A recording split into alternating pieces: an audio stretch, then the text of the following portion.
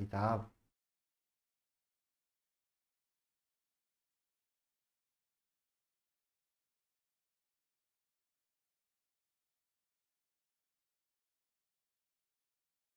सभी को good evening, मेरे प्यारे बच्चों और प्यारे साथियों, सभी को गुड इवनिंग और सभी को जय मां सरस्वती। ठीक है, शुरुआत करने से पहले मैं चाहूंगा कि सभी लोग मां सरस्वती का नमन करें और लिखें एक बार सभी लोग जय मां सरस्वती।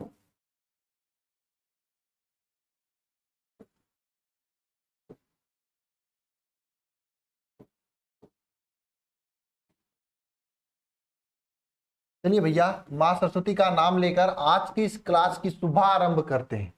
क्या करते हैं? आरंभ करते हैं, है ना, शुभारंभ करते हैं, शुरुआत करते हैं। ठीक है, बेहतरीन तरीके से।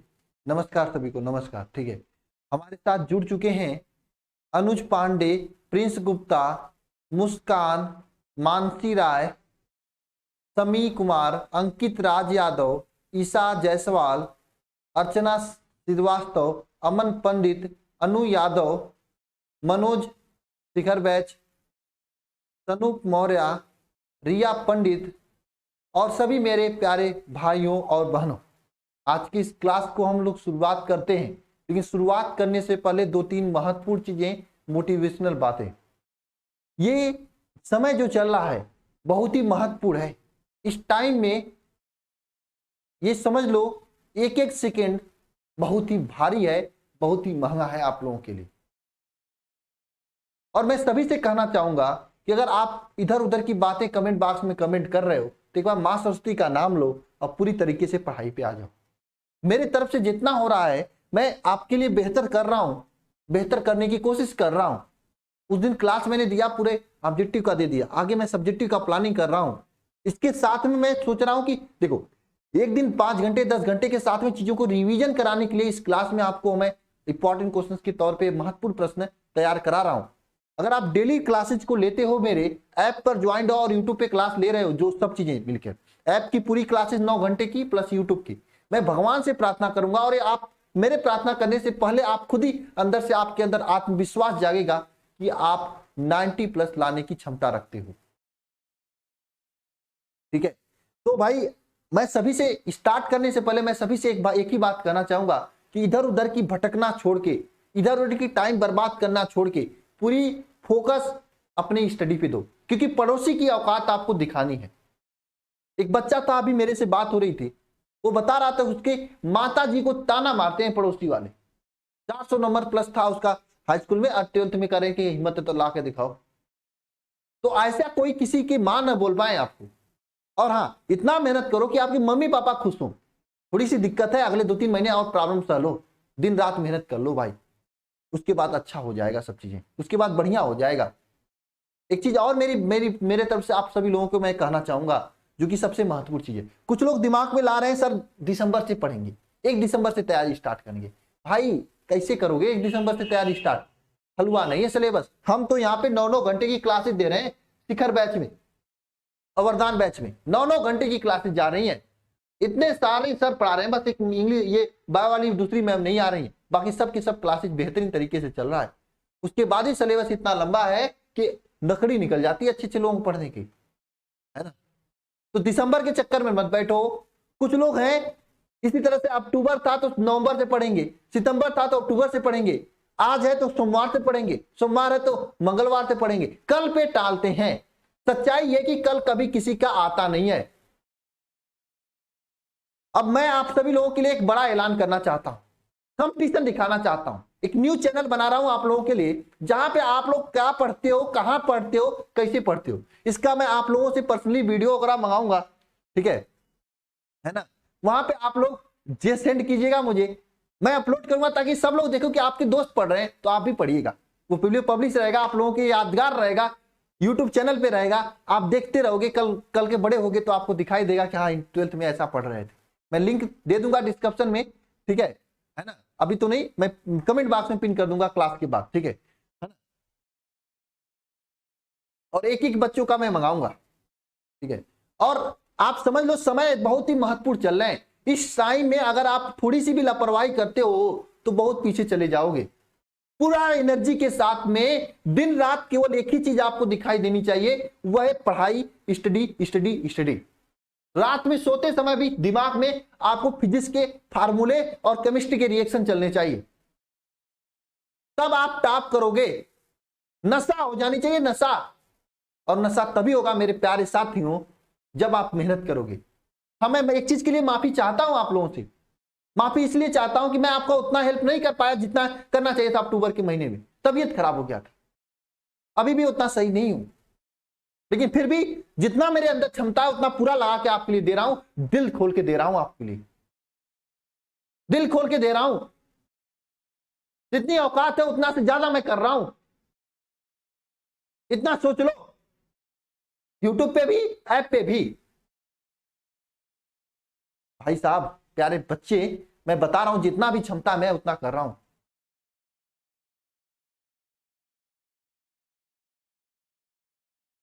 भाई कोई डिप्रेस ना हो, और कोई टेंशन ले रहा है टेंशन ना ले भाई।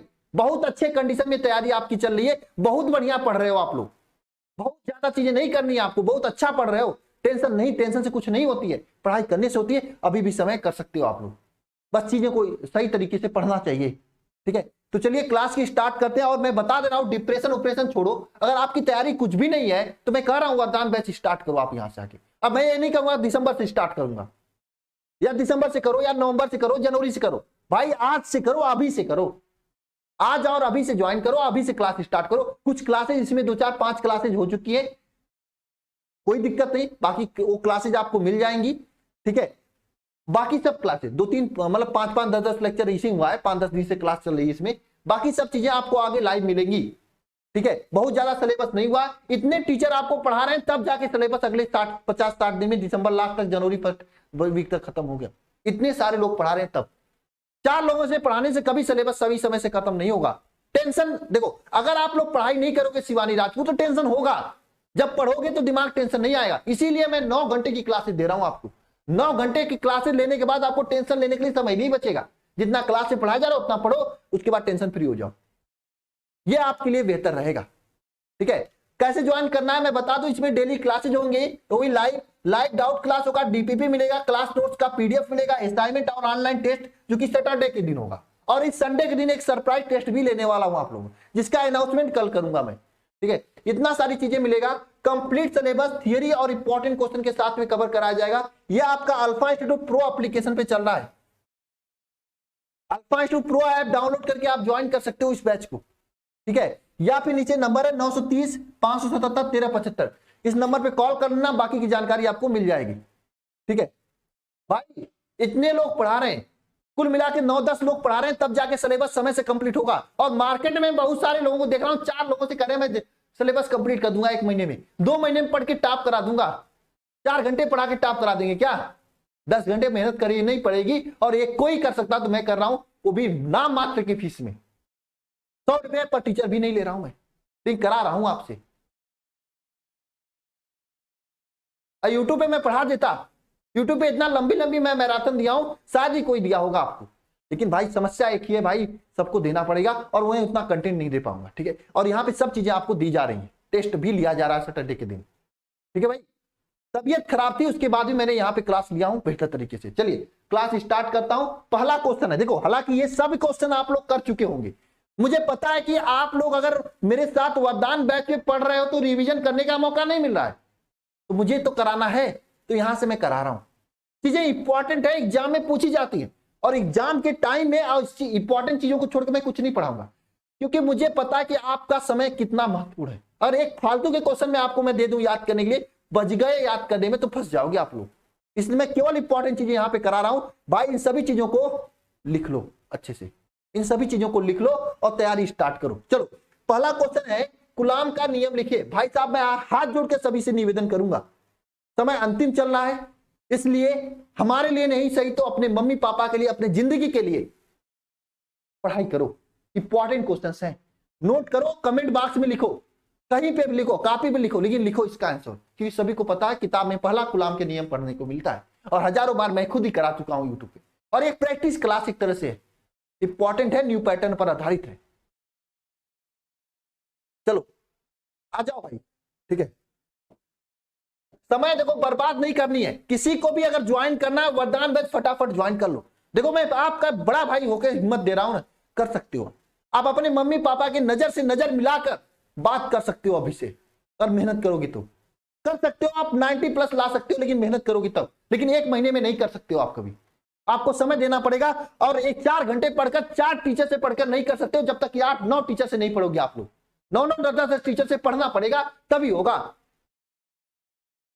नहीं तो नहीं कर पाओगे भाई। मैं सच्चाई बता रहा हूं, याद करोगे मेरी इस बात को जब आपका नहीं हो पाएगा, जब परेशान हो जाओगे आप तो।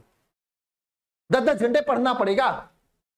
चलो गुलाम का नियम लिखते हैं। आवेशों, आवेशों, 2 आवेश है। देखिए Q1 Q2 2 आवेश है। देखो मेरे पास पूरा छपा हुआ नियम है, लेकिन मैं इसको नहीं पढ़ा रहा हूं। मुझे पता है इसको मैं बताऊंगा, मुझे समय कम लगेगा, लेकिन अगर मैं लिख के बताऊंगा चीजें आपको क्लास में याद हो जाएंगी। तो मैं खुद हाथ से लिख रहा हूं, क्या आप हाथ से नहीं लिख सकते हो? क्या आप हाथ से नहीं लिख सकते हो? लिख सकते हो ना? तो मोबाइल को दूर रखो, कॉपी पे लिखो। जो मैं लिखवा रहा हूं लिखोगे, कम से कम 10-12 क्वेश्चन तैयार होंगे, और इसमें 4-5 क्वेश्चन डिक्टो आपके एग्जाम में मिलेंगे। बात याद रखना सभी लोग, ठीक है? देखो कूलाम का नियम क्या है? कूलाम का नियम, अगर 2 आवेश Q1 और Q2 रख दिया जाए, ठीक है, तो इन दोनों आवेशों के मध्य कार्य करने वाला आकर्षण तथा प्रतिकर्षण बल इन दोनों आवेशों के गुणनफल के अनुक्रमानुपाती तथा इनके मध्य की दूरी के व्युत्क्रम के वर्ग के व्युत्क्रमानुपाती होता है। यानी आप लिख सकते हो यहां पे आवेशों के मध्य कार्य करने वाला आकर्षण या कार्य करने वाला बल क्या होता है? उन आवेशों के गुणनफल के अनुक्रमानुपाती तथा उनके मध्य के दूरी के वर्ग के व्युत्क्रमानुपाती होता है। यह आपका कूलाम का नियम है। किन्हीं 2 आवेशों के मध्य कार्य करने वाले आकर्षण तथा प्रतिकर्षण बल, आकर्षण तथा प्रतिकर्षण बल उन दोनों आवेशों के मध्य कार्य करने वाले बल के, उन दोनों आवेशों के मध्य कार्य, उन दोनों कार्य करने वाला जो बल होता है, इन दोनों आवेश जो Q1 Q2 है, इनके गुणनफल के अनुक्रमानुपाती में यहां पे लिखना चाहूंगा ना, यहां पे मैं लिखना चाहूंगा जो बल है, ध्यान देना सभी लोग। देखो मैं हाथों से लिख रहा हूं, बल जो F है, इन दोनों आवेश Q1 तथा Q2 के अनुक्रमानुपाती तथा इनके मध्य की दूरी, मान लो ये दूरी क्या है? R है, तो R के व्युत्क्रम के वर्ग के अनुक्रमानुपाती होता है। यह आपका कूलाम का नियम है, ठीक है भाई साहब। गुड इवनिंग, गुड मॉर्निंग बाद में लिख लेंगे, वीडियो को लाइक फाइक बाद में करेंगे, चलेगा। पढ़ना जरूरी है, पढ़ना जरूरी है, इसलिए कमेंट बॉक्स में डिफिनीशन लिखो, कमेंट बॉक्स में आप लिखो डिफिनीशन। मैं किसी से लाइक करने के लिए कभी नहीं करता हूं, किसी सब्सक्राइब करने के लिए कभी नहीं करता हूं, मैं एक ही चीज करने के लिए कर रहा हूं, पढ़ो और पढ़ने दो सभी को, और पढ़वाओ सभी को। अपने व्हाट्सएप ग्रुप वगैरह में लिंक भेजो, सभी को बुलाओ पढ़ने के लिए, ठीक है? पढ़ो, ये सभी क्वेश्चन इंपॉर्टेंट है, ठीक है? ये दोनों हो गया। अब ये देखो, इसको समीकरण नंबर 1 मानते हैं, इसको समीकरण नंबर 2 मानते हैं, ठीक है? मैं यहां पे लिख रहा हूं इसके इस साइड, लेकिन आप कॉपी में इसके नीचे लिखोगे, ठीक है? लिखोगे क्या? समीकरण नंबर 1 तथा 2 से क्या होगा बताओ? F is proportional to Q1 Q2 upon R²। अब देखो ये प्रोपोर्शनल का जो चिन्ह होता है, ये प्रोपोर्शनल चिन्ह, इसको हटाने के लिए यहां पर एक नियतांक का यूज करते हैं, वो नियतांक है K Q1 Q2 upon R² हो जाएगा, ठीक है? जहां पे K का जो वैल्यू है, जहां पे जो K का मान है, K का जो मान है वो होता है 1/4 पाई एप्सिलॉन नॉट, या फिर 9 × 10⁹ होता है,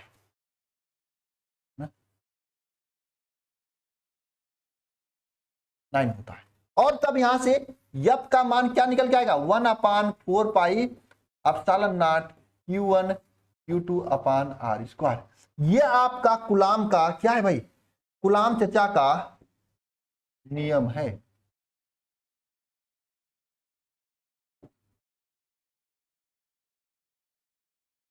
यह आपका कूलाम चचा का नियम है। इसका नियम है, कूलाम चचा का नियम है, आया समझ में? सभी को याद है? मजा आ रहा है ना? भाई पढ़ा करो, ये सही बात है। मैं किसी से लाइक करने के लिए नहीं कर रहा हूं, शेयर करने के लिए नहीं कर रहा हूं, एक बात करने के लिए कर रहा हूं, वह है पढ़ो, लिखो, चीजों को लिखो, मेहनत करो, तब फायदा होगा। बिल्कुल, बहुत बढ़िया।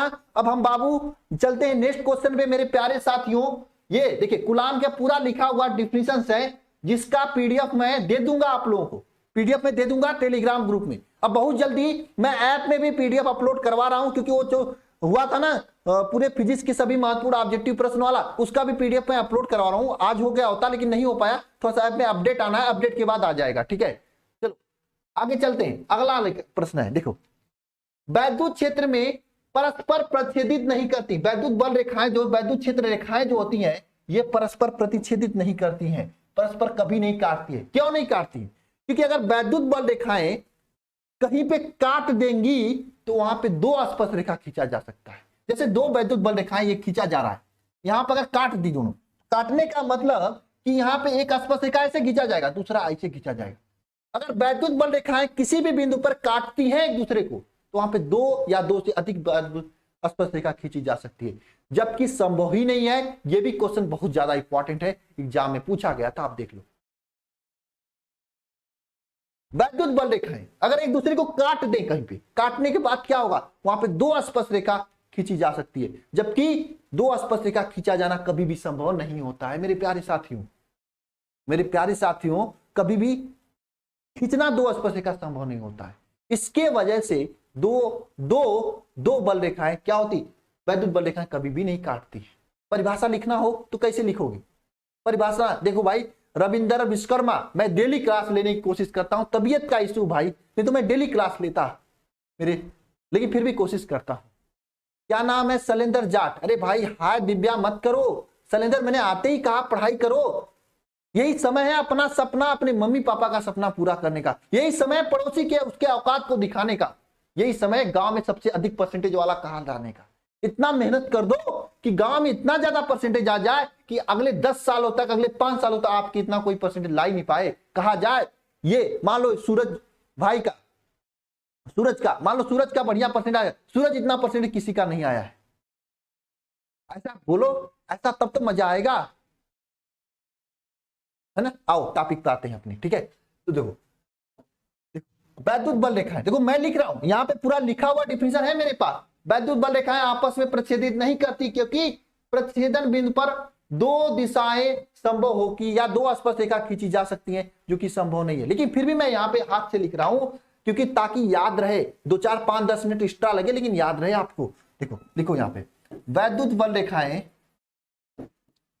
बल रेखाएं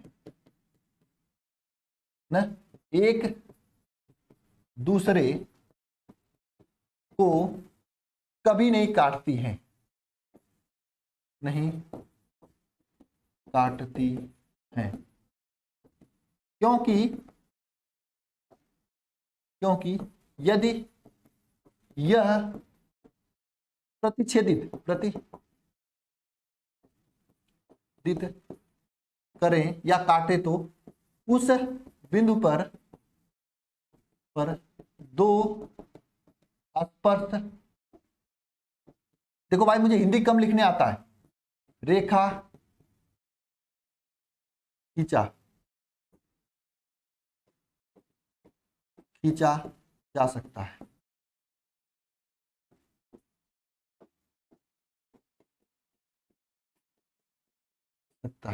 खींचा जा सकता है, जो कि संभव नहीं है, जो कि संभव नहीं है। ठीक है, अब देखो दो स्पर्श रेखा खींची जाने का मतलब क्या है, यहाँ पे दो दिशाएं हो जाएंगी। स्पर्श रेखा जो होती है वैद्युत बल रेखाओं की दिशा को प्रदर्शित करती है, तो दो स्पर्श रेखा खींची जाएंगी मतलब वहां पे दो दिशाएं हो जाएंगी। एक ही आदमी एक ही समय में दो दिशा में कैसे जा सकता है? बस एक चीज जा सकता है, वो आपका मन। अभी यहाँ पे पढ़ रहे हो, चले जाएगा किसी के पड़ोसी के घर ना, तो गलत बात है। मन के सिवाय कोई भी चीज ऐसी नहीं है जो एक ही समय में एक ही बिंदु पर या 2 3 जगह पे जा सकती है ना। तो वैद्युत बल रेखाएं एक दूसरे को कभी नहीं काटती, क्योंकि यदि काटती हैं तो कटान बिंदु पे दो स्पर्श रेखा खींची जा सकती। दो स्पर्श रेखा का मतलब दो वैद्युत क्षेत्र की दिशा, जो कि संभव ही नहीं है मेरे भाई।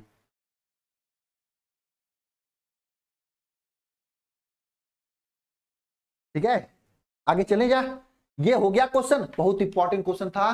चलते हैं, देखो यहाँ पे डिफिनेशन लिखा हुआ, स्थिर वैद्युत संबंधित गाउस का नियम लिखिए। किसका नियम लिखिए? गाउस का नियम। भाई किसी को आ रहा है गाउस का नियम? गाउस का नियम आ रहा है मेरे बॉस? ओ भाई गाउस का नियम आ रहा है, बताओ।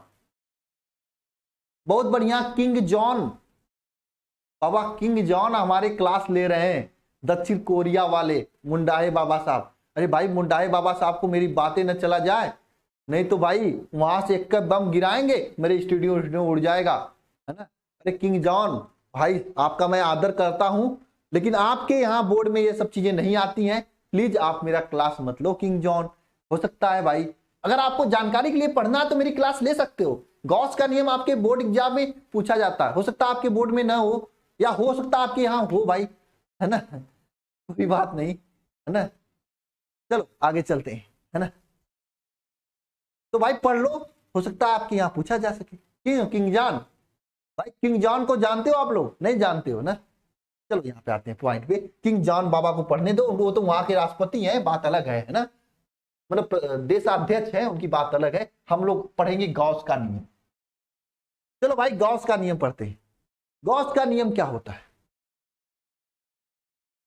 ना। गॉस का नियम क्या है बताओ, है ना। गॉस का नियम किसे कहा जाता है? अरे भाई गॉस का नियम किसे कहा जाता है? देखो गॉस का नियम क्या होता है। गॉस के नियम के अनुसार क्या होता है, ध्यान देना सभी लोग ना। इस नियम के अनुसार क्या है, किसी बंद पृष्ठ से, इस नियम के अनुसार, इस नियम के अनुसार किसी बंद पृष्ठ से, बंद पृष्ठ मतलब बंद कमरा, कमरा बंद ना, कुंडी मत खटकाना राजा धीरे से आना, यानी बंद वाला कमरा है, ठीक है। बंद पृष्ठ से गुजरने वाली हवा बता ना, गुजरने वाला वैद्युत फ्लक्स, वैद्युत फ्लक्स उस पृष्ठ में उपस्थित कुल आवेश का 1/ε0 गुना होता है। उस पृष्ठ पर उपस्थित कुल आवेश का 1/ε0 गुना होता है। सर की हिम्मत की दाग देनी होगी, भगवा ऑफिशियल, बिल्कुल बिल्कुल हिम्मती बनो और बोर्ड को फोड़ो। यार तुम लोगों के पास इतना क्षमता है कि अपने पे आ जाओ तो कुछ भी कर लो। गांव के बच्चे, गांव में लोगों के पास इतनी क्षमता होती है, अपार ऊर्जा होती है, और आप गांव के ही हो। बोर्ड क्या चीज है यार, बोर्ड को तो मार के फोड़ देंगे। इस बोर्ड को मत फोड़ना भाई, बहुत महंगा मिला है। अपने बोर्ड में परसेंटेज को फोड़ना, अब फोड़ोगे बस मैं जैसे बता रहा हूं वैसे पढ़ो। 8-9 घंटे आपको वरदान बैच में पढ़ाया जा रहा है, प्लस में जितनी क्लासेज यहाँ पे हो रही हैं। आज मैम भी देखो, आपको बायोलॉजी वाली मैम भी आपको सब्जेक्टिव क्वेश्चन कराई थी, मैम मैं भी करा रहा हूँ। मतलब बेहतरीन तरीके से आपको फ्रेम करके क्लासेस दी जा रही हैं। ऑब्जेक्टिव हो, सब्जेक्टिव हो, न्यूमेरिकल हो, कुछ भी नहीं छोड़ेंगे, कोई भी चीज जाने नहीं देंगे, बस मेहनत करेंगे हम लोग, ठीक है। आओ आगे आ जाओ, आगे आ जाओ। तो देखो वैद्युत फ्लक्स जो फाई होता है, ये क्या होता है, पृष्ठ में उपस्थित कुल आवेश का ε0 गुना होता है। कुल आवेश का मतलब क्या होता है भाई, कुल आवेश का मतलब सिग्मा क्यू होता है का ε0 होता है। ये आपका किसका नियम है, बाबा गॉस का नियम है ना। ये बाबा गॉस का नियम है। अब बाबा गॉस को कौन कौन जानता है? सब लोग जानते हैं, सब लोग जानते हैं। जिसके बोर्ड में मतलब फिजिक्स है, होता है ना, जब तक रहेगा समोसे में आलू आगे dash dash dash dash dash, है ना। जब तक रहेगा समोसे में आलू आगे dash dash dash dash dash, ठीक है। आप लोग समझ ही गए होंगे मैं कहां से बोल रहा हूं। तो गॉस जिसके जिसके बोर्ड में है, मतलब बोर्ड सभी के में है, जिसके जिसके बोर्ड का मतलब परीक्षा जिसको देना है सभी के बोर्ड में पूछा जाता है गॉस का नियम ना। आपके कक्षा 10 वालों के नहीं पूछा जाता, 10 वाले हो तो चले जाना, 12 में तो पूछा जाता है, सभी को ये याद रखना पड़ेगा, है ना। किसी बंद पृष्ठ, पूरा लिखो विशाल कुमार, पूरा लिखो पार्थ क्लासेज। चलो आगे चलते है ना। अगला प्रश्न क्या, देखो भाई पूरा का पूरा यहाँ पे लिखा गया परिभाषा, लेकिन मेरे हाथों से लिखा हुआ परिभाषा याद करना आसान रहेगा आपके लिए। समविभव पृष्ठ को परिभाषित कीजिए, इसकी 2 विशेषताओं का उल्लेख कीजिए। अरे समविभव पृष्ठ क्या होता है, और समविभव पृष्ठ क्या होता है, एक बार लिखो सभी लोग कमेंट बॉक्स में। जैसा नाम वैसा काम, है ना। कुछ लोगों का नाम जैसा होता, बहुत नाम, वीर बहादुर सिंह, यानी वीर भी है, बहादुर भी है, सिंह भी है, ऐसा भी नाम सुनने को मिला है, लेकिन उनका काम क्या होता है, कायरों जैसा। लेकिन यहाँ पे जैसा नाम वैसा काम है, यहाँ पे जैसा नाम वैसा काम, लिखो सभी लोग बात, जैसा नाम वैसा काम। अब कुछ लोगों का नाम क्या होता है बताओ, मुझे नहीं पता कि आप लोगों के बारे में ऐसा, आप लोगों के एरिया में ऐसा कहा जाता है कि नहीं कहा जाता है, कुछ लोगों को क्या होता है मुझे नहीं पता, लेकिन हाँ जहां तक मैं जानता हूं काफी लोगों के यहाँ होता है। अगर आपके यहाँ होता होगा तो जरूर नीचे कमेंट बॉक्स में कमेंट करके मुझे बताना कि सब लोग अपने पहले बच्चे का नाम, जिसके बच्चे मतलब किसी का बच्चा पैदा हुआ वो मर गया, तो अगला जब बच्चा पैदा होता है तो उसका नाम उल्टा पुल्टा रखते हैं, गुरऊ कटऊ कतवारू ऐसा नाम रखते हैं। ऐसा होता है आप लोगों के यहाँ भी क्या? तो वो नहीं मरता है, ऐसा ढकोसला है, ऐसा मान्यताएं हैं। मैं ऐसा नहीं कर रहा हूं कि है ही ऐसा, गांव में ऐसा चलता है, आपके गांव में ऐसा होता होगा तो बताना ना। तो छोड़ो ऐसा, हालांकि वो सब चीजें बकवास की बातें हैं। मैं अपने टॉपिक पे आता हूं, अपने पॉइंट पर आता हूं। पॉइंट क्या है? समविभव पृष्ठ। समविभव पृष्ठ का मतलब क्या होता है? जैसा नाम वैसा काम, सम विभव पृष्ठ, इन चीजों से मिलकर यह समविभव पृष्ठ बना है। पूरा नाम लिखोगे, क्या लिखोगे? सम विभव पृष्ठ लिखोगे, है ना। सम विभव पृष्ठ मतलब ये सम विभव पृष्ठ किससे मिलकर बना है? सम विभव और पृष्ठ से मिलकर बना है। तो इसका परिभाषा क्या? एक ऐसा पृष्ठ जिस पर उपस्थित सभी बिंदुओं पर विभव समान हो, उसे क्या कहते हैं? समविभव पृष्ठ कहते हैं। अरे लिख डालो परिभाषा। मंजिल उन्हीं को मिलती है जिनके सपनों में जान होता है। भाई बहुत बढ़िया शायरी लिखा है इन्होंने, इनका ना खाटू श्याम मनोहर मनोमना धाम, इन्होंने लिखा है मंजिल उन्हीं को मिलती है जिनके सपनों में जान होता है। पंख से कुछ नहीं होता है मेरे दोस्तों, हौसलों में उड़ान होनी चाहिए। ठीक है, समझे? आपको अगर परसेंटेज लेना है तो सपना रखो, मेहनत करो, समय से कुछ नहीं होता है, मेहनत करोगे तो आ जाएगा। चलो पॉइंट पर आते हैं। समविभव पृष्ठ क्या होता है? देखो समविभव पृष्ठ क्या होता है ना।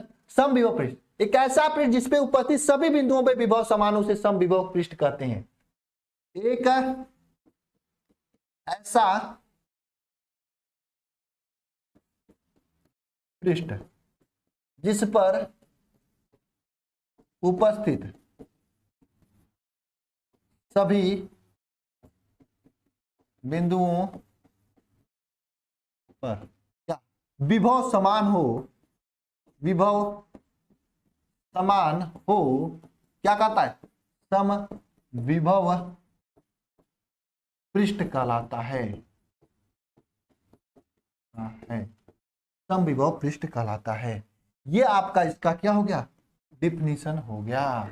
एक ऐसा पृष्ठ जिसपे उपस्थित सभी बिंदुओं पे विभव समान हो, उसे क्या कहते हैं? समविभव पृष्ठ कहते हैं। और देखो यहां पे लिखा है इसकी 2 विशेषताएं लिखिए। चलो भाई आप पहला विशेषता क्या है?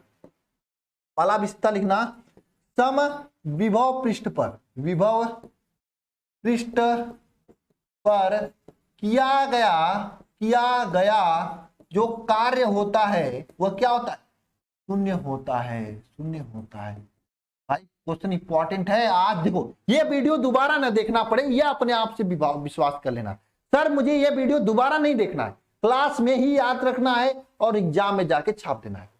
ये अंदर से विश्वास करना ना। समविभव पृष्ठ पर किया गया कार्य शून्य होता है, पहला हो गया। दूसरा हो गया ना, समविभव पृष्ठ के किन्हीं दो बिंदुओं पर विभव क्या होता है, विभवांतर, किन्हीं दो बिंदुओं विभवांतर क्या होता है, शून्य होता है। शून्य क्या होता है। दूसरा पॉइंट ये हो गया है ना। ये दोनों की दोनों कब होती है बायोलॉजी क्लास? आदर्श 2 बजे होती है, 2 बजे होती है, जाके देख लेना, 2 बजे होती है, ठीक है ना।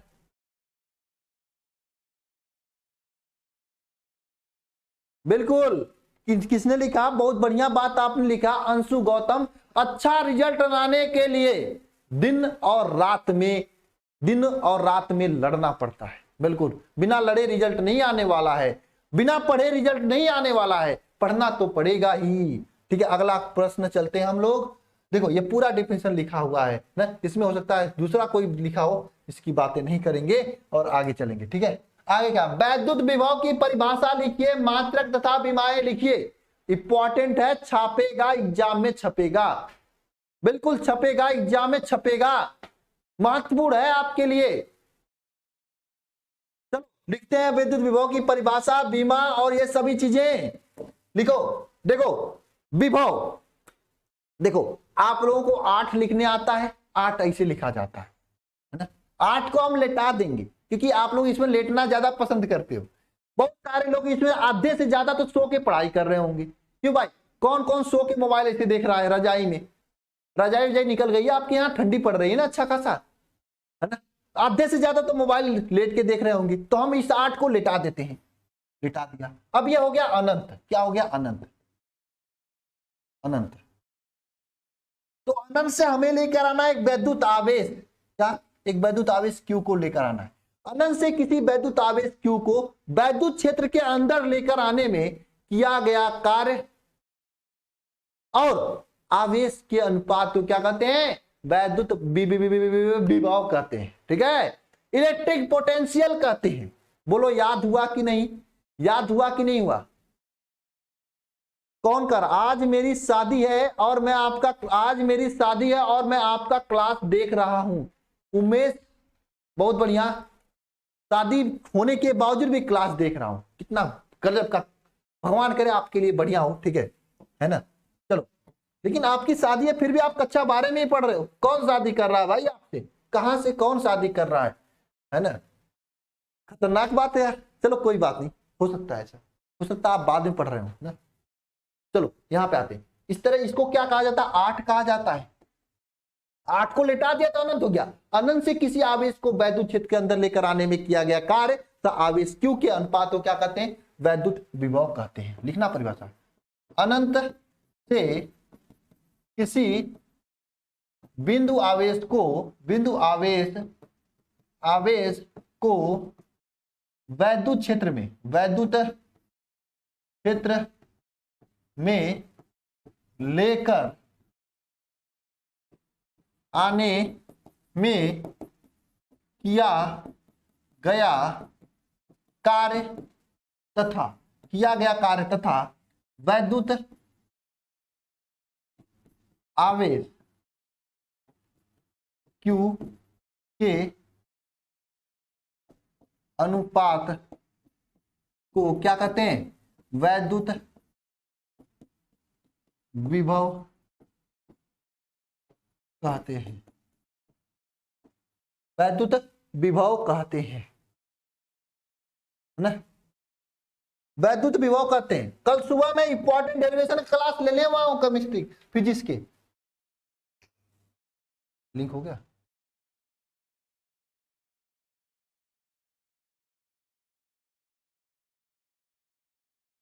ठीक है ना। तो वैद्युत विभव को V से प्रदर्शित किया जाता है। V इज इक्वल टू क्या फॉर्मूला हो जाएगा? किया गया कार्य W और आवेश Q के अनुपात को हम लोग क्या कहते हैं? वैद्युत विभव कहते हैं। ये बात समझ में आया आप लोगों को? हाँ, आया बात समझ में? अब देखिए वैद्युत विभव का मात्रक पूछा है और विमा पूछा है, दोनों चीजें लिखेंगे हम लोग, छोड़ेंगे नहीं। विभव का मात्रक, मात्रक लिखते हैं, ध्यान देना, मात्रक वैद्युत विभव V इक्वल टू क्या, W/Q है। तो यहाँ पे पहला इसका मात्रक होता है क्या, क्या, जूल प्रति कूलम, पहला मात्रक। एक और मात्रक होता है, दूसरा मात्रक इसका होता है वोल्ट। कौन चीज, वोल्ट। दो मात्रक होते हैं। विमा की बात कर लेते हैं, विमा, किसकी मां, विमा, ठीक है, विमा। ठीक है, V का जो विमा होगा, यह विमा किसके बराबर होगा, W के विमा, विमा अपान Q के विमा के बराबर होगा। ठीक है, अब V का, W का विमा क्या होता है, ml² T-2, ये तो W का विमा हो गया। और Q का विमा क्या होता है, AT होता है ना? इन दोनों के बराबर होगा। अब ये निकालोगे तो क्या आएगा, m L² T-3 A inverse, ये इसका विमा आ जाए। विमा किसका, विमा, है ना? अब आगे क्वेश्चन पे चले जाए। गौरव वर्मा, आगे क्वेश्चन पे चला जाए।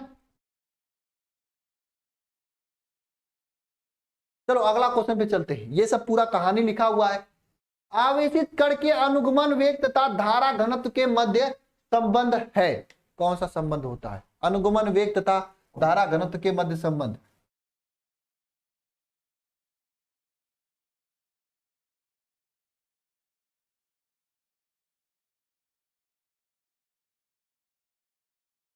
बताओ,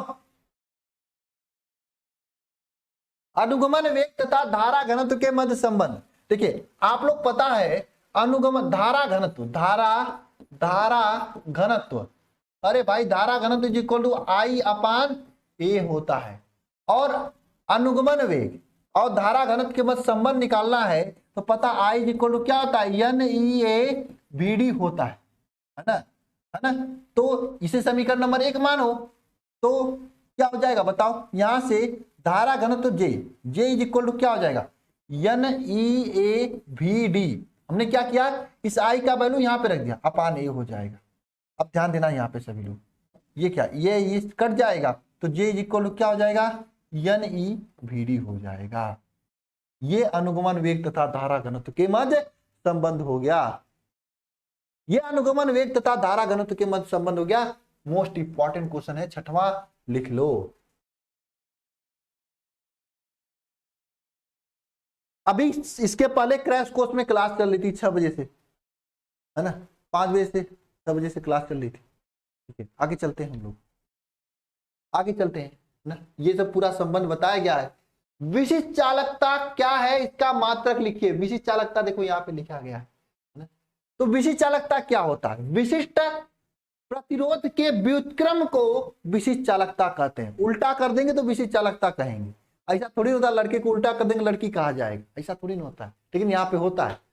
विशिष्ट प्रतिरोध के व्युत्क्रम को क्या कहते हैं, विशिष्ट चालकता कहते हैं। इसका मात्रक भी पूछा, मात्रक भी निकालते हैं। तो लिखना यहाँ पे, इसका परिभाषा लिखना, विशिष्ट विशिष्ट विशिष्ट प्रतिरोध के व्युत्क्रम को क्या कहते हैं, विशिष्ट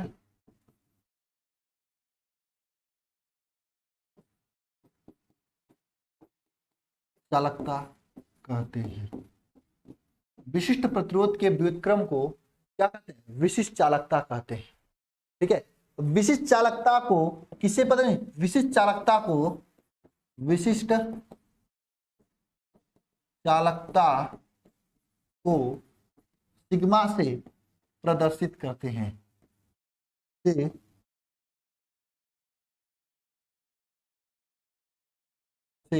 प्रदर्शित करते हैं। अब सिग्मा इज इक्वल टू क्या हो जाएगा, 1/ρ हो जाएगा। सिग्मा इज इक्वल टू क्या हो जाएगा भाई, 1/ρ। अब यहाँ पे इसका मात्रक भी पूछा है ना। मात्रक किसी को आता है, इसका मात्रक क्या होता है, मात्रक की बात करें, मात्रक, मात्रक की बात करें तो मात्रक इसका होता है क्या, ओम मीटर का इनवर्स, ये इसका मात्रक होता है ना। बहुत बढ़िया सुमित यादव, बहुत अच्छा। हेलो अंकित भैया, किस अंकित को पूछ रहे हो शिवदयाल, तुम तो यार पढ़ने वाले लड़के हो, क्यों पूछ रहे हो। अब यहाँ पे पूछ रहा है विशिष्ट प्रतिरोध की परिभाषा लिखिए।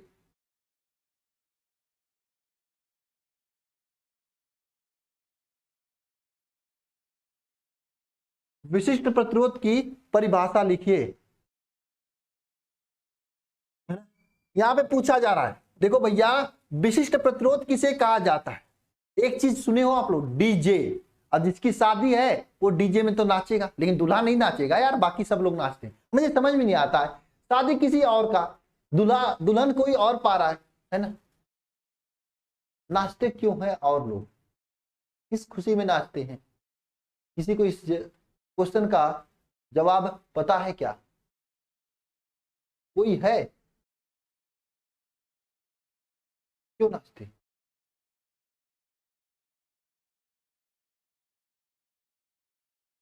क्यों नाचते हैं भाई, नहीं पता ना। चलो आओ पॉइंट पे आते हैं। विशिष्ट प्रतिरोध की परिभाषा लिखिए। देखो, विशिष्ट प्रतिरोध की परिभाषा याद कराने के लिए हम डीजे का यूज करेंगे। डीजे, सर ये डीजे लिखे हो, बिल्कुल डीजे जिसपे नाचते हो आप लोग, उसी को डीजे तो कहा हूं मैं, लेकिन मैं डीजे की बात करूंगा, इसको आगे भेजकर मैं इसे ईजे कर दूंगा।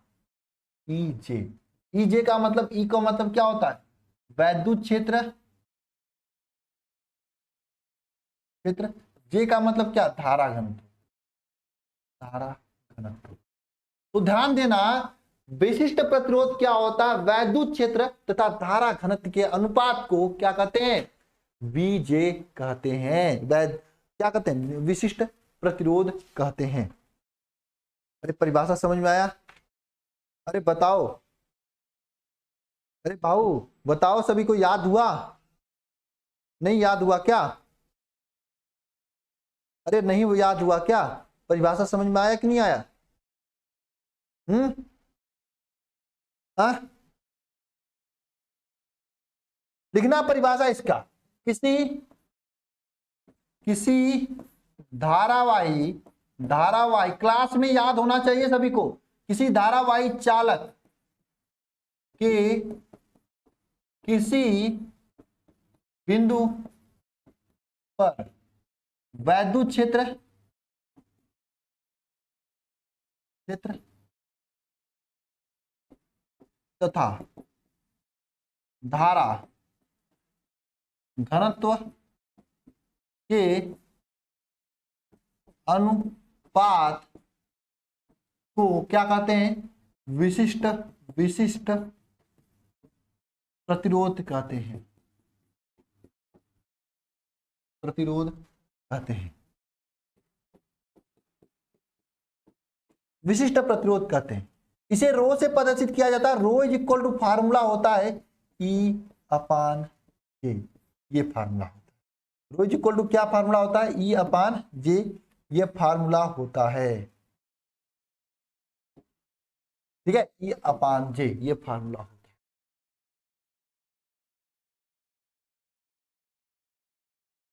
आया समझ में ना, शादी किसी और का नाचा कोई और, परिभाषा बना लिया हम लोग, यही तो होता है पढ़ाई करने का असली तरीका। ईजे यानी वैद्युत क्षेत्र तथा धारा घनत्व के अनुपात को क्या कहते हैं, विशिष्ट प्रतिरोध कहते हैं। विद्युत क्षेत्र तथा धारा घनत्व के अनुपात को क्या कहते हैं, विशिष्ट प्रतिरोध कहते हैं। ये 8वां नंबर क्वेश्चन हो गया। चलो आगे क्वेश्चन पे चलते हैं हम लोग। अगला क्वेश्चन देखो, ये सब परिभाषा लिखा है, ओमी तथा अनोमी प्रतिरोध, ओमी प्रतिरोध के दो दो एग्जाम्पल लिखिए।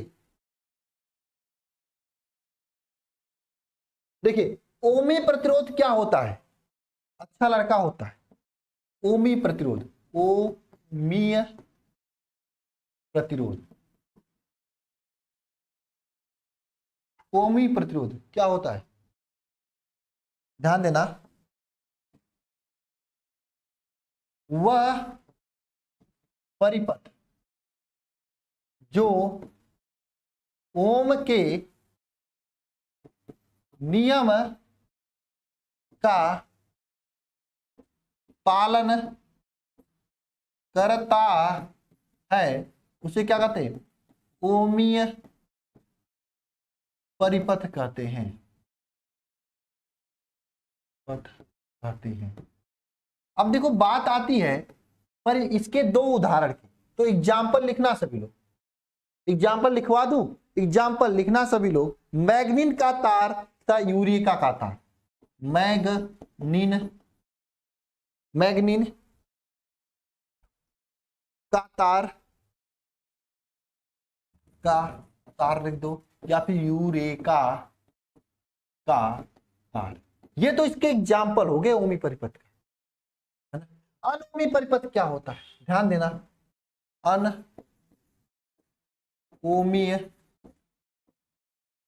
परिपथ क्या होता है, ध्यान देना। अनओमी परिपथ क्या होता है? वह परिपथ जो ओम के नियम का पालन ना करे, क्या कहा था? अनओमीय परिपथ कहलाता है।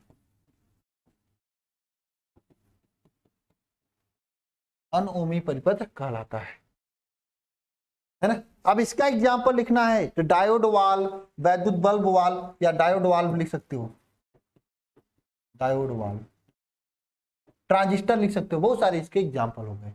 ये क्वेश्चन अच्छा था, एग्जाम में पूछा जाता है ना।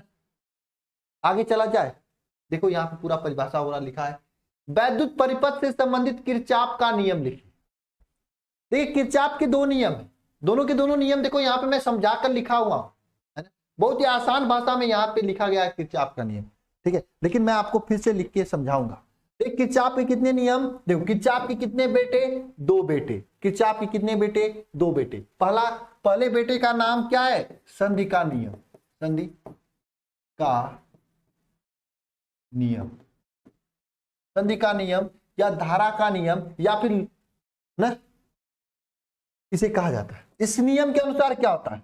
किसी भी संधि पर मिलने वाली समस्त का मतलब सभी, समस्त धाराओं का बीजगणितीय योग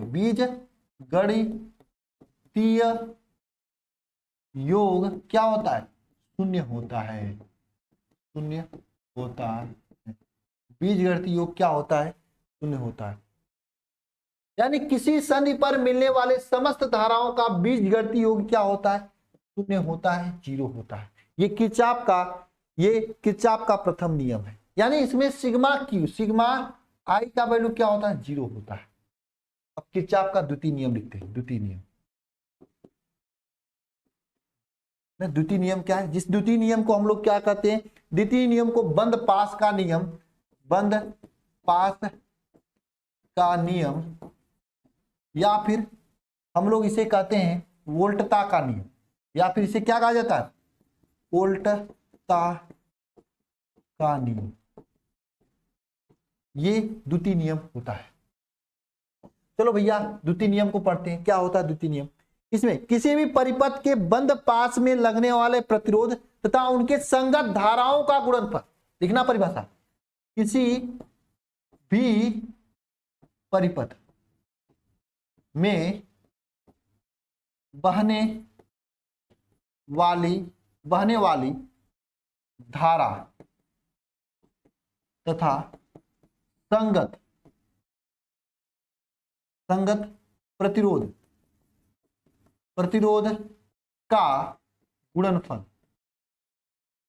प्रतिरोध का गुणनफल,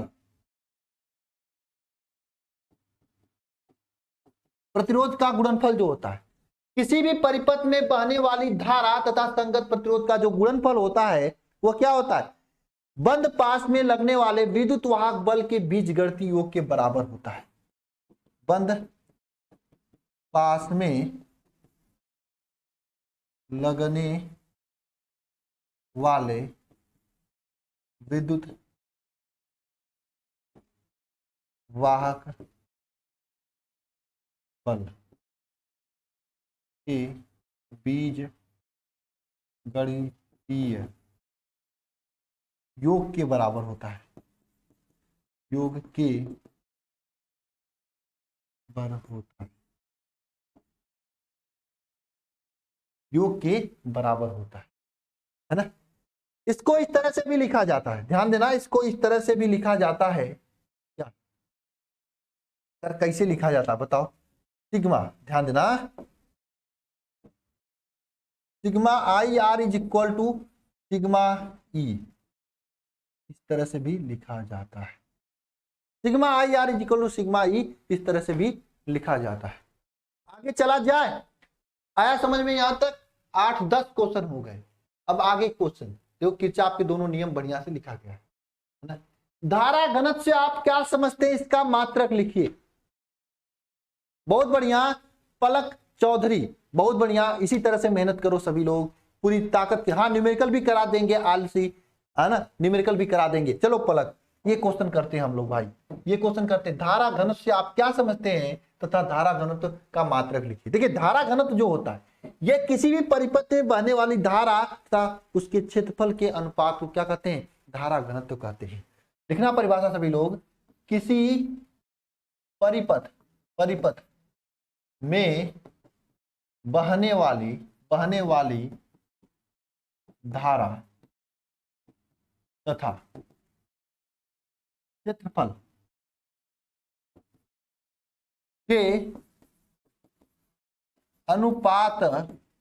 को क्या कहते हैं?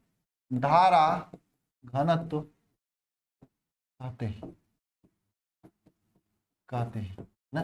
देखो परिपथ में बहने वाली धारा आई तथा क्षेत्रफल ए के अनुपात को क्या कहते हैं? धारा घनत्व जे कहते हैं। ठीक है, ये हो गया। इसका मात्रक भी पूछा है आपसे, तो मात्रक क्या हो जाएगा? मात्रक क्या हो जाएगा? देखो आई का मात्रक एम्पियर, जे ए का मतलब एम्पियर, ए का मतलब क्या होता है ना? मीटर स्क्वायर, ये इसका मात्रक हो जाएगा।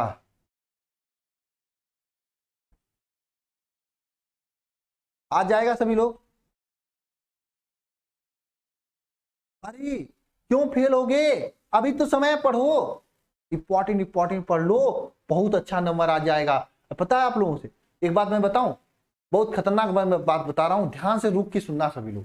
देखो अगर आप रोड पे चलते हो तो एक्सीडेंट किसकी वजह से होता है? 5-10 लोग होते हैं जो गाड़ी तेज चलाते हैं, ड्रिंक एंड ड्राइव करते हैं, उन्हीं की वजह से होता है ना। 5-10 लोगों की वजह से एक्सीडेंट होता है। आपके गांव में, आपके कॉलेज में मार झगड़ा किसकी वजह से होता है? सबकी वजह से होता है क्या? नहीं, 5-10 लोगों से बस ऐसे होते हैं जिनकी वजह से मार और झगड़ा होता है कि बात समझ में आ रही कि नहीं बात? गांव में सब लोग मार झगड़ने वाले बदमाश थोड़ी ना होते हैं, केवल 5-10 लोग होते हैं। इसी तरह से बोर्ड एग्जाम में पूरी किताब से क्वेश्चन थोड़ी ना पूछा जाता है। 5-10 25-50 क्वेश्चन ऐसे होते हैं जो बार बार पूछे जाते हैं। वो तैयार कर लिए तो आपका 70-80 तक आ जाएगा, और थोड़ा और मेहनत कर लिए तो 90 आ जाएगा। आसान होता है, और 1 महीने में नहीं हो पाएगा, मैं बता दे रहा हूँ भाई। इसके लिए मेहनत करना पड़ेगा, 10-10 घंटे 8-8 घंटे पढ़ना पड़ेगा, जो कि मैं करा रहा हूँ। वरदान बैच कर सकते हो आप लोग। पीडीएफ टेलीग्राम पे अभी डालूंगा, आगे चल के ऐप पर भी मिल जाएगा पीडीएफ। 1-2 दिन में ऐप पे भी अपडेट हो जाएगा। ठीक है, ऐप पे बहुत सारे पीडीएफ देना मुझे, मैं दूंगा। ऐप डाउनलोड करके रख लेना, अल्फा इंस्टीट्यूट प्रो। ठीक है, चलो भाई अगला क्वेश्चन चलते हैं। ये तो क्वेश्चन हो गया धारा घनत्व वाला। चलो भाई अगला क्वेश्चन क्या है? मुक्त इलेक्ट्रॉनों के अनुगमन वेग से आप क्या समझते हैं? ये भी क्वेश्चन बहुत इंपॉर्टेंट है। अनुगमन वेग को संवहन वेग भी कहा जाता है, अपवाह वेग भी कहा जाता है। कई सारे नाम है इसके, एक ही आदमी के कई सारे नाम है ना। एक ही आदमी के कई सारे नाम। इसको अनुगमन वेग भी कहा जाता है, अपवाह वेग भी कहा जाता है, संवहन वेग भी कहा जाता है, इंग्लिश में इसे ड्रिफ्ट वेलोसिटी कहा जाता है। मुक्त इलेक्ट्रॉनों का अनुगमन वेग क्या होता है? किताबों में खूब परिभाषा बड़ा बड़ा देखने को मिलेगा, जैसे यहाँ पे देखने को मिल रहा है इतना बड़ा परिभाषा। सर क्या मुझे ये याद करना पड़ेगा? अरे ये परिभाषा नहीं याद करना पड़ेगा, मैं किस लिए हूं, ये तो किताबी लैंग्वेज में यहाँ पे दे दिया। ना। लेकिन मैं इस परिभाषा को 60 में लिख रहा हूं और ये परिभाषा लिख देना। किसी चालक के अंदर मुक्त इलेक्ट्रॉन जिस भी वेग से जाते हैं वैद्युत क्षेत्र के विपरीत दिशा में, उसी वेग को क्या कहते हैं? अनुगमन वेग या फिर अपवाह वेग या समान वेग कहते हैं। आया तब परिभाषा समझ में?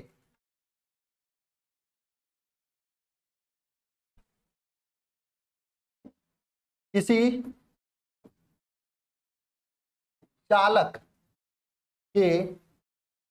चालक में मुक्त इलेक्ट्रॉन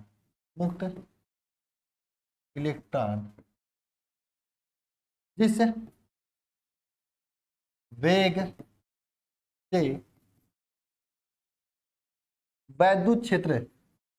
विद्युत क्षेत्र के उपस्थिति में गति करते हैं क्या कहलाता है? अनुगमन वेग कहलाता है ना। यानी मुक्त इलेक्ट्रॉन किसी चालक के अंदर जिस वेग से गति करते हैं उसी वेग को क्या कहते हैं? अनुगमन वेग कहते हैं। उसी वेग को देखो भाई, परिभाषा को समझकर याद करोगे तो ये आसान है, किताबी लैंग्वेज में याद करोगे फिर कठिन हो जाएगा, फिर नहीं कर पाओगे आप लोग, फिर नहीं कर पाओगे यार, फिर परेशान हो जाओगे। और आप परेशान हो रहे हो बोर्ड एग्जाम में, क्यों? क्योंकि आपने रटकर याद कर रहे हो, समझ कर नहीं याद कर रहे हो। समझ के याद करोगे, इस चीजों को समझोगे ना, बहुत छोटा सा सिलेबस है, बहुत अच्छा कर लोगे, अभी भी समय है। ठीक है, आओ टॉपिक पे आते हैं। एक चीज और पूछा जाता है एग्जाम में, अनुगमन वेग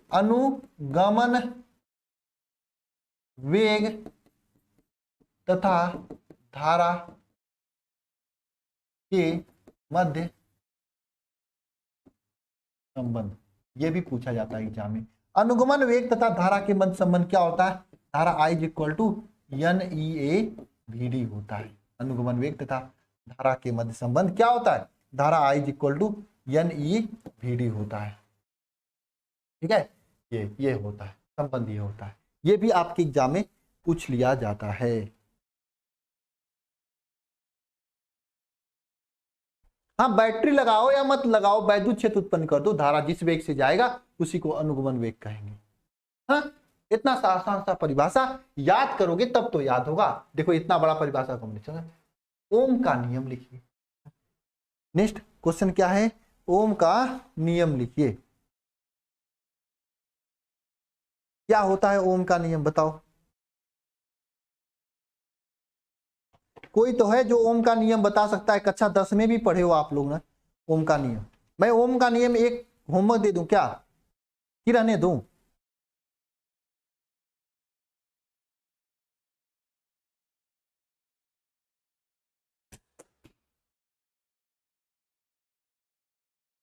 बताओ।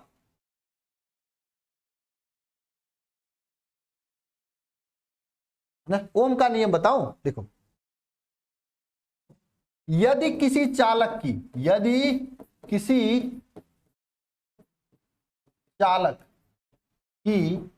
भौतिक अवस्था ना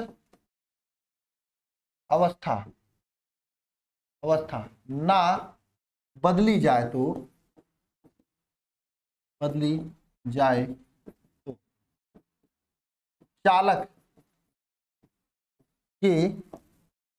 चालक भौतिक अवस्था ना बदली जाए तो चालक के सिरों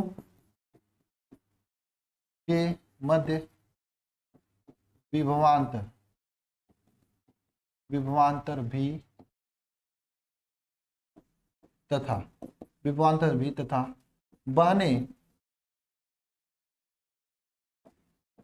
तथा बहने वाली धारा I का अनुपात क्या होता है? नियत होता है। ये आपका किसका नियम है? ओम का नियम है। बहने वाला धारा I, बहने वाला विभवांतर भी तथा धारा I का अनुपात क्या होता है? नियत होता है, यानी V upon I equal to क्या होता है, नियत होता है। यही ओम का नियम है भाई साहब, यही ओम का नियम है। इसी को ओम का नियम कहते हैं, इसी को क्या कहते हैं, ओम का नियम कहते हैं। आया समझ में बात? आगे चला जाए, अरे भाइयों आगे चला जाए।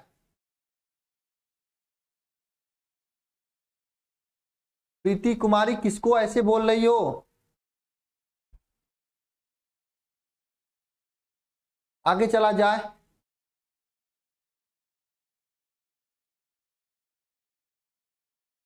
आगे चला जाए। देखो यहाँ पे पूरा ओम का नियम, ये ग्राफ पूरा बना दिया हूं, जरूरी नहीं है। देखो 14 नंबर क्वेश्चन क्या है, एक समान वैद्युत क्षेत्र में गतिमान आवेशित कण पर कार्यरत लारेंज बल का वेक्टर स्वरूप लिखिए। देखो पहले लारेंज बल का वेक्टर स्वरूप क्या होता है, लारेंज बल क्या होता है। देखो मैं आपको एक कहानी सुनाता हूं, है ना। हाँ, क्रैश कोर्स में सब जब सब्जेक्ट पढ़ाया जा रहा है, अभिषेक कुमार पटेल, सभी subject, physics, chemistry, math, English, bio.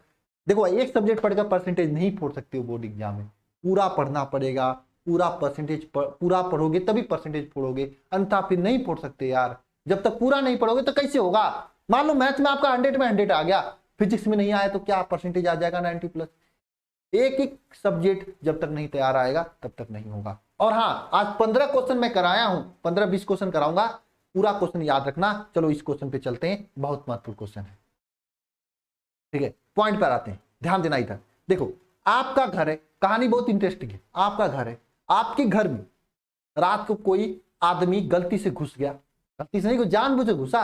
अरे घर में सोना चांदी रखे होगे तो वही लेने आया होगा, नहीं छोड़ो जाने दो। आपका घर है और आपका घर के पड़ोसी जो है आपसे जलता है, वो सोचता है कि आपका परसेंटेज ना आए, इसलिए वो आपके घर में चोरी से घुस गया और आपने जो मेहनत करके नोट्स बनाया है उस नोट्स को चुरा कर लेके चला, देखिए जाने लगा। तभी आपके मम्मी का नजर पड़ गया उसके ऊपर और तब तक आप भी आ गए, है ना। घर में दो ही लोग हो, आप हो, आपकी मम्मी है, पापा मान लो उधर सोए हैं, नहीं है, तो बताओ क्या करोगे। दोनों लोग मिलके मारोगे, बल लगाओगे, लगाओगे कि नहीं लगाओगे, है ना।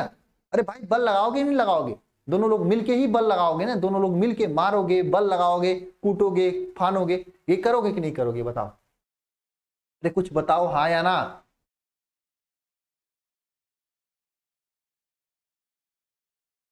हाँ, अरे मारोगे कि नहीं पीट के। बिल्कुल नीलू कुमारी कर सकते हो ना, करोगे ना। तो इसी तरीके से किसी स्थान पे अगर वैद्युत क्षेत्र, वैद्युत क्षेत्र तथा चुंबकीय क्षेत्र, चुंबकीय क्षेत्र दोनों उपस्थित हो, यानी वैद्युत क्षेत्र ई तथा चुंबकीय क्षेत्र बी स्थित हो दोनों, तो अगर इसमें कोई आवेश गलती से कहे चला जाए, कोई गलती से आवेश चला जाए तो इस उस आवेश पे यह वैद्युत क्षेत्र और ये चुंबकीय क्षेत्र दोनों के द्वारा बल आरोपित किया जाता है। जो बल आरोपित किया जाता है वह F इक्वल टू क्या होता है, QE प्लस QVB, ये होता है बल, ठीक है, साइन थीटा, ठीक है। लेकिन ये तो बल होता है, इसका वेक्टर रूप क्या होता है, वेक्टर रूप क्या होता है। देखो vector F is equal to क्या होता है, वेक्टर रूप, ध्यान देना सभी लोग, इसका वेक्टर रूप क्या होता है बताओ, इसका वेक्टर रूप क्या होता है। हा? कोई है जिसको आ रहा है, हा? बताओ। इसका वेक्टर रूप भी E vector plus V cross B होता है, यह इसका वेक्टर रूप होता है, ठीक है, यही इसका वेक्टर रूप होता है। यहाँ पे मिसप्रिंटिंग हो चुकी है, प्लस यहाँ पे ई भी होना चाहिए, इसको आप सही कर लीजिएगा। जो टाइपिंग वाला भैया है उन्होंने गलती कर दिया था, ठीक है ना, है ना। ये इसका वेक्टर रूप होता है ना। दोनों वहां पे मारेंगे उसको, आप भी मारोगे, आपकी मम्मी भी पकड़ के मारेंगी, वैद्युत क्षेत्र वाला भी मार रहा है और चुंबकीय क्षेत्र वाला भी मार रहा है ना, दोनों मार रहे हैं, है ना। बात समझ में आ गया सभी को। आगे चले हम लोग, नेक्स्ट क्वेश्चन चलें। नेक्स्ट क्वेश्चन चले हम लोग, एक समान चुंबकीय क्षेत्र से क्या तात्पर्य है, ये शायद नहीं, एम्पियर का नियम लिखिए और बायो-सेवर्ट का नियम लिखिए। ये 3 क्वेश्चन है। मैं सोच रहा हूं टाइम ज्यादा हो गया है, अब आप लोगों को छोड़ दिया जाए ये 3 क्वेश्चन होमवर्क देकर। एक समान चुंबकीय क्षेत्र क्या होता है, यह आपका क्या है, यह आपका होमवर्क है। अगर आपसे नहीं होगा तो कमेंट बॉक्स में कमेंट करके देना, मैं बता दूंगा। देखो यहाँ पे डिफिनेशन भी लिखा हुआ है पूरा, ठीक है। 1 एम्पियर की परिभाषा, ये भी होमवर्क है, पढ़ लीजिएगा, कमेंट बॉक्स में आप बता दीजिएगा, ठीक है। ये भी आपका होमवर्क है, पढ़ लीजिएगा सब, ठीक है। ये आपको मैंने होमवर्क दिया 3 क्वेश्चन, ठीक है। हालांकि तीनों का आंसर भी दिया हूं मैं, आपको पीडीएफ दूंगा, उसमें आंसर मिल जाएगा आप लोगों को, ऐसी बात नहीं है कि पीडीएफ में आंसर नहीं मिलेगा, ठीक है। लेकिन 3 क्वेश्चन होमवर्क दिया हूं, ये 3 क्वेश्चन आप सभी लोग तैयार कर लीजिएगा, है ना। अब देखो भाई, समय अंतिम चल रहा है, मेहनत दम लगा के करो, जी जान लगा के पढ़ो, पूरा एकदम जितना हो सके उतना पढ़ो, रात को कम खाना खाओ, कम सो, 2-3 महीने की बात है, मजे लेना उसके बाद, ठीक है। और दूसरी बात मैं ये भी कहना चाहूंगा, आप 1 महीने में तैयारी नहीं कर सकते कभी यार, आपको मेहनत करना पड़ेगा, एकदम मेहनत करना पड़ेगा 8 से 9 घंटे। और एक टीचर से कभी तैयारी नहीं होगी, 4 टीचर से तैयारी नहीं होगी। और वरदान बैच में इतने लोग पढ़ा रहे हैं आपको, शायद आप कहीं पे भी ज्वाइन करने के लिए सोच रहे हो, चाहे जहां पे भी हो, एक बार सोच लेना, पूछ लेना भाई 1-2 महीने में पढ़ाओगे कैसे, कुछ रोड मैप है आपके पास, कुछ पैटर्न सिलेबस है, कुछ बनाए हो आप, नहीं ना। तो ये पूछ लेना आप लोग कहीं पे भी ज्वाइन करने से पहले, क्योंकि झलावा दे सकते हैं आपको और आपका सबसे महत्वपूर्ण समय नुकसान कर सकते हैं। आप पैसे की नहीं है, वो तो लेंगे ही आपसे, समय भी आपका नुकसान करेंगे ऐसे लोगों से, क्योंकि आप समझ सकते हो इतनी मोटी किताब होती है, पूरे साल भर का सिलेबस 2 महीने में नहीं कराया जा सकता जब तक कि दुगना नहीं पढ़ाया जाए। अगर डेली आपको 8-9 घंटे पढ़ोगे तब जाके कुछ सिलेबस कंप्लीट होता, वो भी केवल इंपॉर्टेंट चीजें, ठीक है। और आपको वरदान बैच में इतने लोग ही पढ़ा रहे हैं, बेहतर तरीके से पढ़ा रहे हैं, आप सभी लोग ज्वाइन कर सकते हैं बढ़िया तरीके से। हाँ, अगर आपको ज्वाइन करना है तो लेट मत करना भाई, क्योंकि समय निकल रहा है, महत्वपूर्ण समय निकल रहा है। और एक बार समय निकल गया ना तो उसके बाद चाह के भी कुछ नहीं कर सकते, हम भी नहीं कर सकता हूं, आप भी नहीं कर सकते। डेली क्लासेज हो रही है 8-9 घंटे की, एक दिन लेट करने का मतलब 9 घंटे लेट होना, 2 दिन का मतलब 18 घंटे लेट होना, फिर कहां जाओगे आप लोग, ठीक है ना। ठीक है, ये है आपका पूरा पीडीएफ वगैरह, मैं अपलोड कर दूंगा। और अंतिम में एक बार सभी को फिर से जय मां सरस्वती।